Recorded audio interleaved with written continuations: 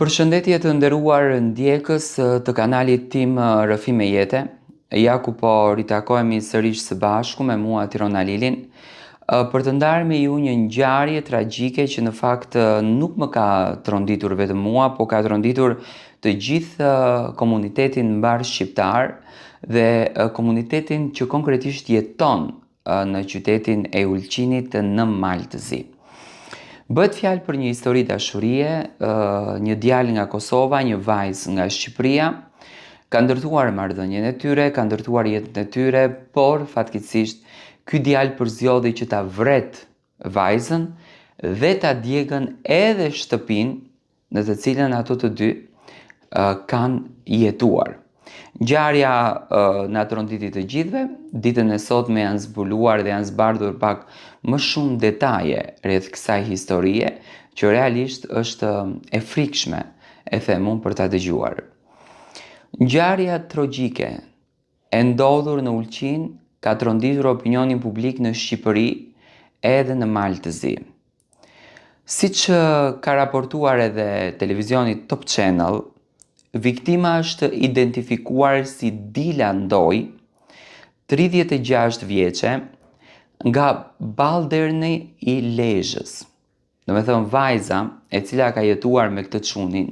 ka qenë nga Lezhë, bëhet fjalë për gocën Dila Ndoj, të cilën ju e shikoni gjatë kohës kur unë flas në foto, e cila dyshohet, do me thënë, sepse shtëpia është djegur, imagjinoni çfarë krimi. Dyshohet se është vrarë nga bashkëjetuesi i saj, Bashkim Gashi, 46 vjeç, nga Kosova. Do me thënë, këto të dy, sipas informacioneve që ne kemi, as nuk kanë qenë të martuar, as nuk kanë qenë të kurorzuar, thjesht kanë bashkëjetuar me njëri tjetrin. Siç duket, bashkimi ka patur biznesi në Ulqin, sepse shumica e shqiptarëve kanë biznese atje, të Kosovës, të Maqedonisë, që punojnë, dhe Dia ka udhëtuar drejt Ulqinit për të bashkëjetuar me partnerin e jetës së saj. Sipas hetimeve paraprake, pas krimit ai vuri flakën banesës ku jetonin në lagjen Kodre të Ulqinit, me dyshimin për të fshehur gjurmët. Do me thënë, pas vrasjes që ka bërë, sepse këtu kemi të bëjmë me një çift, do me thënë, bashkimi 46, Dila 36, janë 10 vite diferencë, nuk dua njëherë të hedh hipoteza të ndryshme, po kam disa dyshime të mia se çfarë marrëdhënie dhe lidhje ka qenë kjo. Tani, pasi që bashkimi ka vrarë Dilën, ka vendosur që t'i vëj zjarrin shtëpisë që nesër të humben të gjitha gjurmët dhe të del problemi që Dila është djegur në shtëpi, ndërsa bashkimi të krijonte një situatë. Policia malazese bëri të ditur se trupi i pajetit 36 vjeçares u gjet brenda banesës së përfshirë nga flakët, ndërsa autori i dyshuar u arrestua pak më vonë me lëndime të marra nga zjarri. Hetimet për zbardhjen e plotë të ngjarjes vijojnë nga autoritetet në Mal të Zi. Lajmi ka tronditur familjarët të afërmit dhe banorët e zonës së Baldernit, ku Dila Ndoj jetonte. Mësohet se ceremonia martore pritet të zhvillohet në vendlindjen e saj në Baldern të Lezhës, ku familja do të hap dyert e mortit për të pritur ngushëllimet. Do me thënë, Dila është dashuruar me bashkimin dhe kanë bashkëjetuar të dy së bashku. Tani, ngjarja ka tronditur opinionin, por besoj që ka tronditur më së shumti familjen. Unë do kisha dashur që ne të kemi një deklaratë nga familjarët të Dilës, në qoftë se ato kanë patur një lloj pasqyre të situatës, në qoftë se Dila ka patur probleme, në qoftë se Dila ka patur zënka me bashkëjetuesin e saj, ose siç fatkeqësisht, do me thënë, bëjnë shumica e femrave që problemet të cilat i kanë me bashkëjetuesit, me të dashurit, me bashkëshortët, nuk i tregojnë, i mbajnë brenda vetes, nga frika që mos ta lëndojnë familjen, nga frika që mos t'i lëndojnë prindërit, nga frika që mos ta lëndojnë rrethin dhe shkatërrojnë gjithçka, shkatërrojnë veten e tyre në fund. Dhe kjo gjëja mua më shqetëson, sinqerisht më shqetëson. Se tani, ky bashkimi që sot është i arrestuar, me thënë nuk e kuptojmë se çfarë shpirti kanë këto njerëz. Tani ne me këto situata dhe këto ngjarje që dëgjojmë,